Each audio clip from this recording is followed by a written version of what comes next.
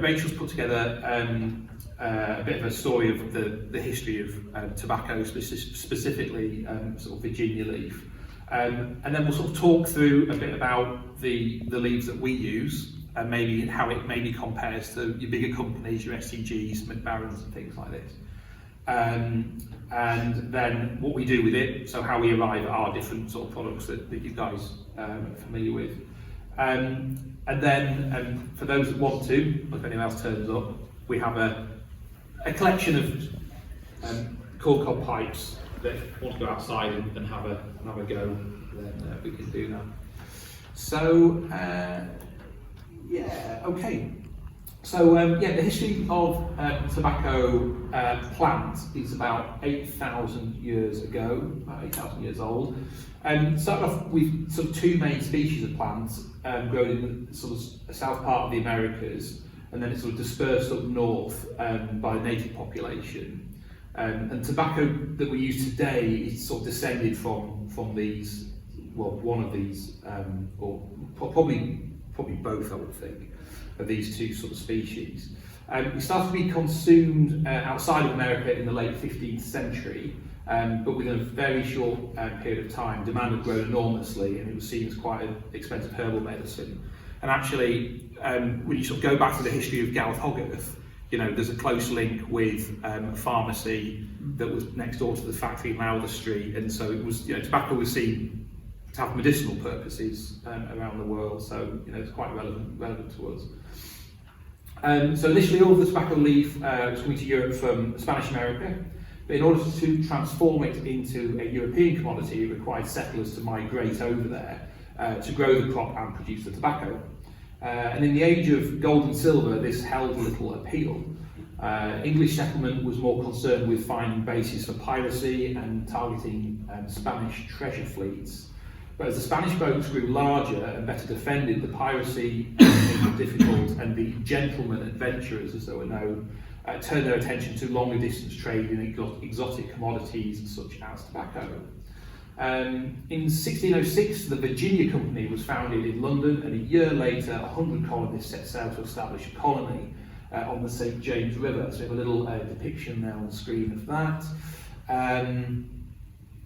So initially, many of the new settlers died when starvation set in during the winter. And about 6 years later, the first crop of tobacco was successfully grown. This was actually the Nicotina rustica, which I found a picture of there. But it was of poor quality, and so following this experimentation, tobacco seed was imported from Trinidad, which was known as Nicotiana tabacum. About 15 years it took before the economy and the demand for the tobacco then exploded. It was planted basically wherever there was space. They could get it in and ship to England in large amounts. The economy of Virginia itself in America was completely dependent on tobacco by then, and it was even used as currency, with costs of any other commodity, including slaves, women, given pounds of tobacco. So pretty important around that part of America. Initially, the tobacco grown in Virginia was shipped via merchants to England, but then the growers decided to start shipping at their own cost and risk. Glasgow, as well as Bristol and Liverpool, became major ports for tobacco coming to the UK. I think some of it was coming in Whitehaven as well. A very small amount, but yeah. Again, coming Whitehaven on that sort of west side of Cumbria, and then it used to come down through Kendal and then up to Glasgow to be processed. And again, that's where sort of our company ended up being set up. So outside of the USA, the UK was the world's biggest market probably for it, was it? I would imagine, yeah. Well, I don't know. There was a fair amount in Europe. China grew its own. Over time, Asia did become Japan and China, but mostly it was sort of France and Spain, Holland. They were all quite, because they all had their own colonies, so they all took their own tobacco. I suppose then, you know, when we had our Commonwealth as well, we could spin around like that. After the American Civil War in 1812, there came a demand for a lighter, more mild and aromatic tobacco.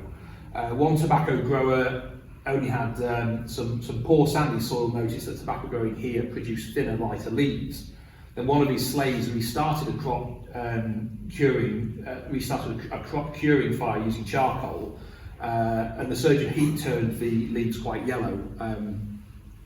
sort of like these ones here. This led to the system of producing bright tobacco, cultivated in poorer soils, and heat curing through a system of flues. And that's what we'll talk about in a little bit. It's more the modern way to cure leaf now.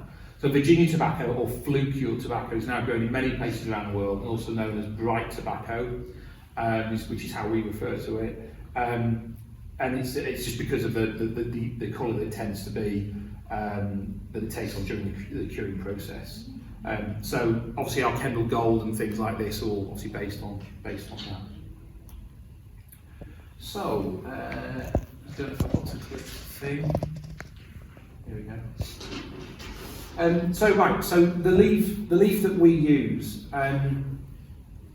So what's quite different between what we do and the likes of STG and McBaron, we only have about 12 different grades of leaf, and I'll explain more about that in a minute, but we only really have 6 different types. Now if you go to the STG factory, or let's say the blends that you guys are buying from STG and these bigger companies, they may have like, you know, I know they definitely have sort of 20 plus different types of leaf, different grades in one tin. And the reason they do that, it's a bit like wine, in that you get different, you know, crops of grapes, different grape harvest. It's to try and mitigate that difference between crops, good crops, bad crops, this sort of thing. Gawith Hoggarth has never had a huge leaf stock. We've always sort of stuck to, you know, a core range of leaf. So it is entirely possible that our products can change with the crop a bit like, you know, wine would. So just in terms of the pictures on the screen, that's sort of bright Virginia leaf. That's a sort of a long wrapper leaf as it happens. And then this middle picture is a dark fired. So we've got some here. We should pass them around really. Do you want to take that one and the dark fired, and then take the latter one? So it's a bit. If you're coughing now, just wait till you get your nose in that bag of latakia. That's the Brazilian variety, so the one on the left. Yeah, just open it up and get your nose in there really. It's not too bad. I mean, this is dry. It's not had anything done with it yet. This is basically how it comes to us. But interestingly, that smells really cool. It almost smells like menthol. Gets delivered to you on a daily? No, to buy tobacco like this, you know, we're buying now for this year's crop, which will be probably delivered, I would think, in January now. So it's a long lead time when you're buying this stuff. So What could you do again from now? Chris? you'll see on the back, Oh, Callum. we do. Oh, we do it now. And it's delivered to you in bales, is that right? Yes, Which so are Big sacks. Yeah. sacks. You're not a fan? I mean, I think the Latakia, I mean, to me, it's a bit of a, you know, it is part of the traditional English blend. So if you're selling traditional English blends, Latakia in small quantities is a very common element of it. So it's normally only used for that. So just quickly, so grades and leaf of tobacco. So this bright leaf here that's being passed around is not the only type. It's not the only bright leaf that we have. So you have at the very expensive end these big long wrapper leaves. I mean they are that long. They're huge, and that's when they're dry. So when they're on the plant, they're going to be absolutely enormous. And then at the other end of the spectrum for bright, you might have really scrappy stuff. So in your cigarettes, you're not getting the big long leaf. You're going to be getting the cheaper, smaller stuff. So we have a variety of these grades of different sort of levels of scrappiness or neatness of tobacco. But when we talk about sort of different types of tobacco, that's when it's more like whether it's bright, whether it's dark fired. Burley's a good one. Have a little smell of that. So Burley's used a lot in pipe tobacco, gives a bit of a sweetness. Yeah. I think that's probably my favourite. I think it's quite a pleasant sort of smell. And so also the different grades also reflect the different curing methods. So most of your bright leaf that you finding cigarettes and rolling tobacco, it's flue cured, it's gas flues, you know, on an industrial level. But then some of the other stuff is sun cured, and it's traditionally hung up in barns and things like this. And obviously it gives different properties to how it's dried and where it comes from. So Callum's question, where does the leaf come from? So this is currently where we buy our leaf from. Okay, so on the left-hand side there in America, that's where your stinky perique comes from. I'm not going to don't open this. That's perique. It's really dense, really heavy, incredibly expensive.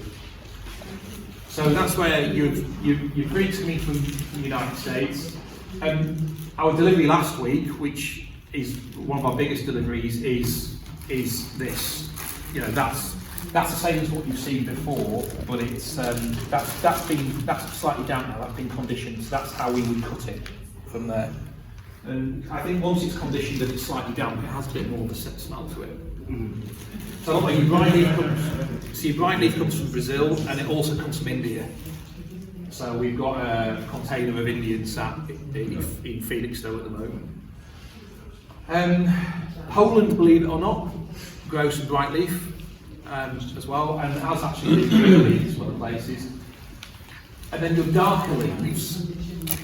So the dark fired stuff that's going around, that's generally from Indonesia, and we used to buy quite a lot from Malawi. And there's some big dark fired leaves. Like cigars, it smells like cigar. Is that burley stuff from Malawi? Is that The burley. Malawi? Oh, good question. I think that used to be Malawi as well. Yeah, it could be. Yeah. The dark Latakia stuff at the moment coming from Cyprus, previously coming from Syria. Syria used to be a big producer of Latakia until people blew it up. And now we found some in Cyprus. It's always a bit of a thing with leaf. Sometimes it feels, apart from your big producing countries, your India and Brazil, so sometimes with these smaller things like perique has to be come from one place, but yeah, your burley, Oriental, these sort of Turkish type leaves and stuff. Sometimes it's a bit of a chase to actually sort of find them, and you might get a bit from this country and possibly a bit from that country. So, and because as Henry was asking about lead times, the lead times are so long, it becomes you've just got to, you know, you can't afford to be late on ordering stuff because the lead times could be a year. So do you have to do them quite early in the year? So what would happen is a leaf agent would say, do you want samples of a crop from wherever? We get samples sent from some guy in India all the time, but the leaf is terrible, but he keeps sending these leaf samples to us, but it's not up to the standard and the size of leaf that you would expect here. And if we started buying that because it was cheaper, yeah, you guys would go, you've really changed something here, and you know, and to be fair, you probably haven't really saved any money. So there are, I mean, tobacco is grown all over the world. I mean, it's not. This is just where we're buying it from. Do your customers have like a preference of which tobacco they want or they enjoy? Yeah, Just like well, cigar? you guys probably know. Yeah, I mean, a lot of the specialists, the bigger ones, take more or less the whole range. And then it's obviously more of a challenge for smaller retailers to stock as much, because I think we have 250 products or something. So for everyone to take every single product, you need quite a lot of storage space, and obviously money to buy it as well. So what do we do with the leaf? Let me see. Yeah, there we go. So is it all coming up? It is. So as far as just tobacco, I've excluded snuff out of this, okay, because that's just something completely different.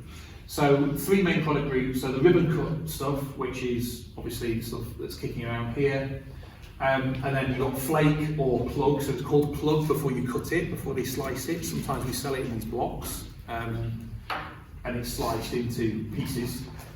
So Claire's got some here.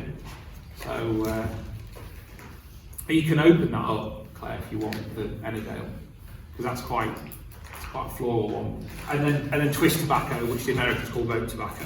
Okay, so three main product groups. All of this leaf, before it goes into any of our products, it all basically goes through the same process, okay?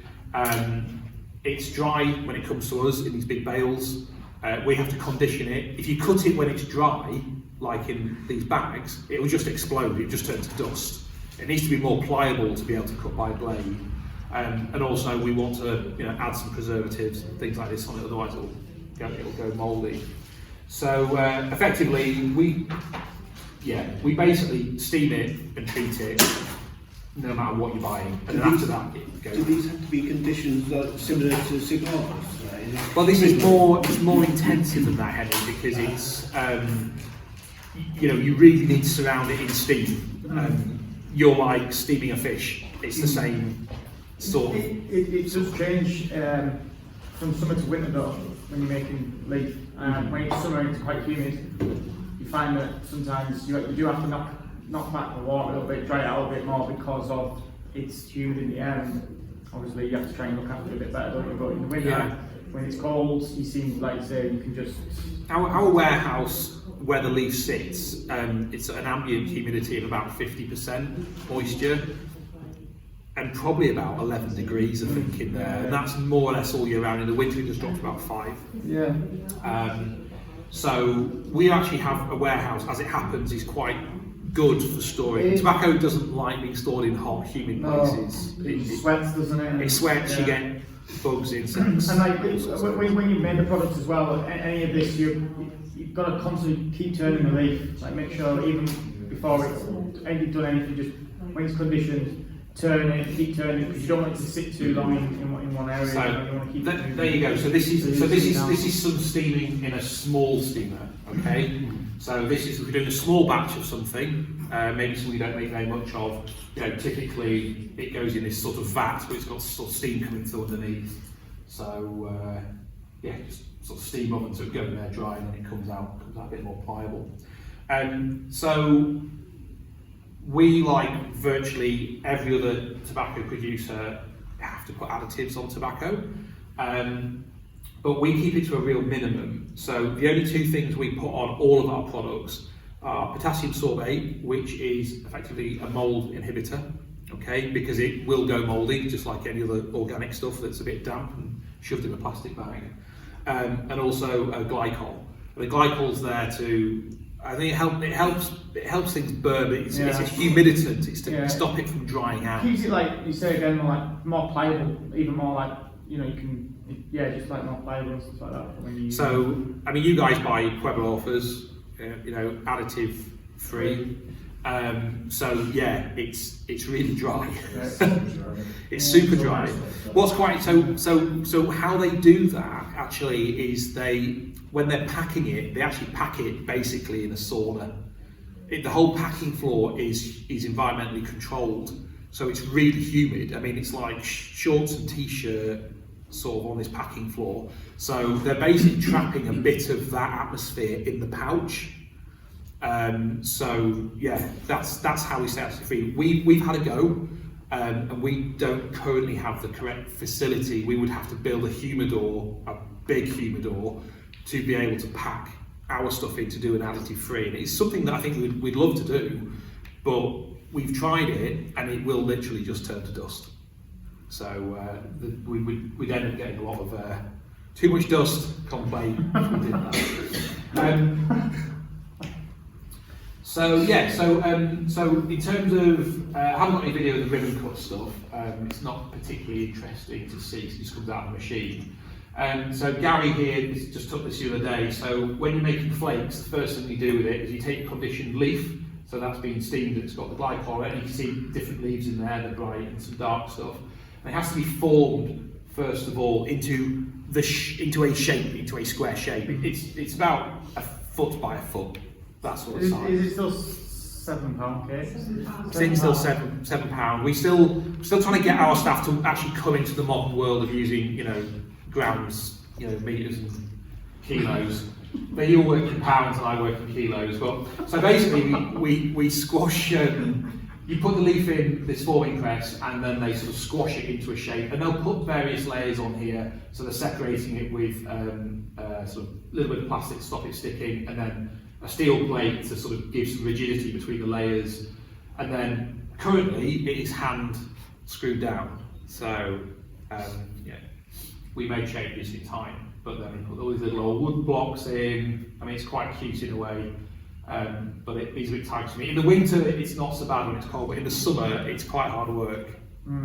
Takes out, yeah. Takes out, yeah. Because after this, you'll see they'll stick a metal pole through there to get some leverage on it and squash it more. So these machines are of an age, and I don't know how much difference making a hydraulic at this stage over a hand press would technically make to the product. I don't think it would make very much at all, because it's just squashing. So effectively, we form this little sort of cake, as they call it. The next stage of this is we hold them all together, because if you don't hold it at this stage, it will spring apart, because it's not that compressed. It's roughly in the right shape, but it's not that compressed. So the next stage after this is it goes into a heated press, which is hydraulic, which was about 10 tons pressed on it under temperature, and that sort of squishes the. There you go. So this sort of this squishes the moisture, the molasses, the sugars all together, because don't forget that the leaf is still quite damp at this stage, and it sort of cooks it, and all the juiciness, and there's a fermentation process obviously goes on with the heat. And I think, Claire, you've got I call this flashing. This is like off the edge. So the cakes on the screen there have had the flashing trimmed off. So it's basically the rough edge. So on the back it looks like bar. So after we've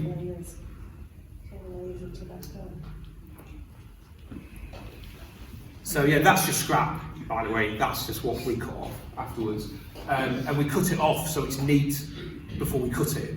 And then before we cut it, what we do is we sort of take these big plates and we sort of guillotine them into roughly the length that we need. So say that tray that Claire has there, so that's whatever length. So the cake will be cut to that width before it is chopped.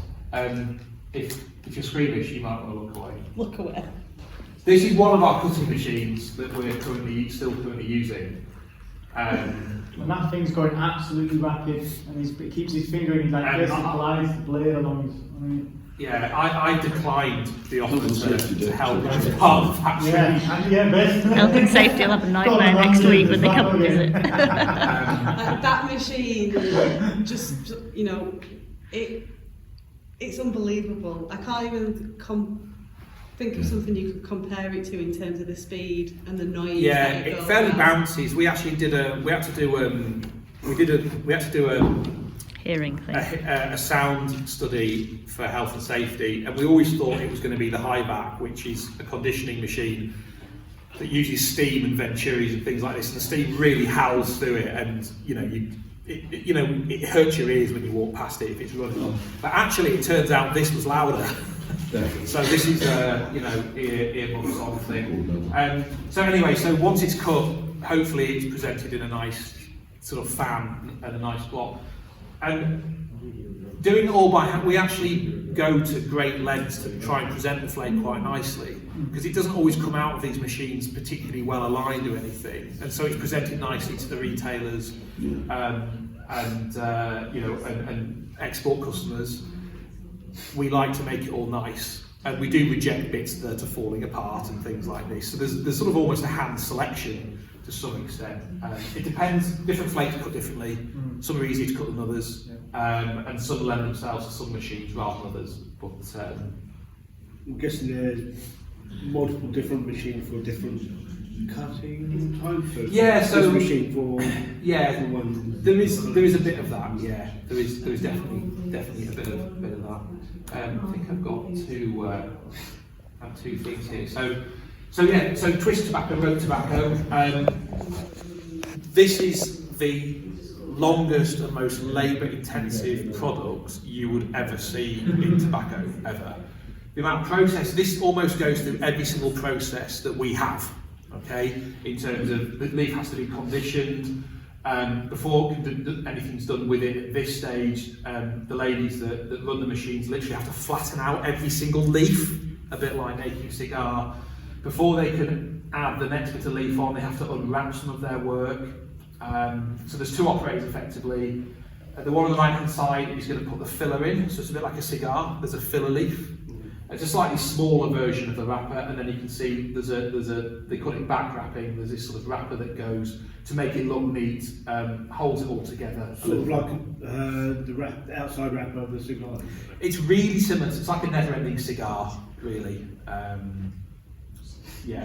So you basically splice on. So then the machine's running now, as you can see, it's spinning it, pulling it in as it's turning it. So the person adding the filler in is sort of rubbing the leaf together and sort of splicing it together, and then Dot in this case is on the other end, putting the back wrapper in. We can only make about 24 kilos of this a day, right? Yeah. And that's what you would get off that machine. But don't forget, before that, it's had to be conditioned the day before. And after this, then there's another process after this where this is on a big bobbin at the end. There might be something on. You can see it turning around, but it has to be taken off that and rolled up. So some of it we currently do into these nice balls. There's some on the video on the projector actually, and it's a very long process. Some of it's cooked as well, so some of it goes back in those same presses that the flake was in. And then it has to be cut and everything else, and then it has to be packed. So there's an awful lot of people that end up sort of touching that product as we go. And then say finally, it's the sort of ribbon cut side of it, where the leaf it's been steamed and everything, but it goes through the main plant. And obviously the left hand side is pipe tobacco, and the right hand side is rolling tobacco.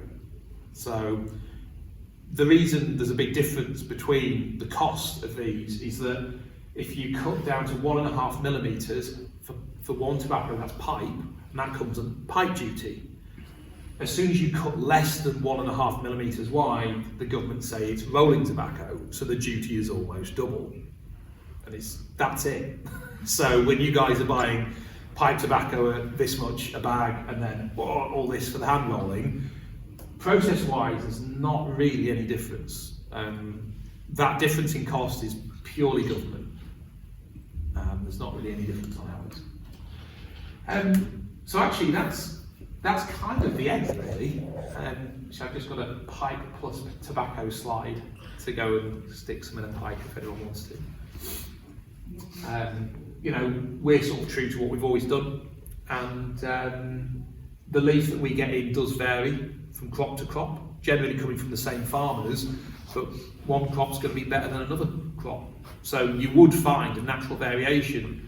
And actually what's sort of slightly interesting, funny, and for us that are all quite new into the company, is that we have some products that have really quite changed over a period of time, like over 10 years, because let's say suddenly you can't buy leaf anymore, or that type of leaf, you can't get it anymore from that place in Malawi, for example.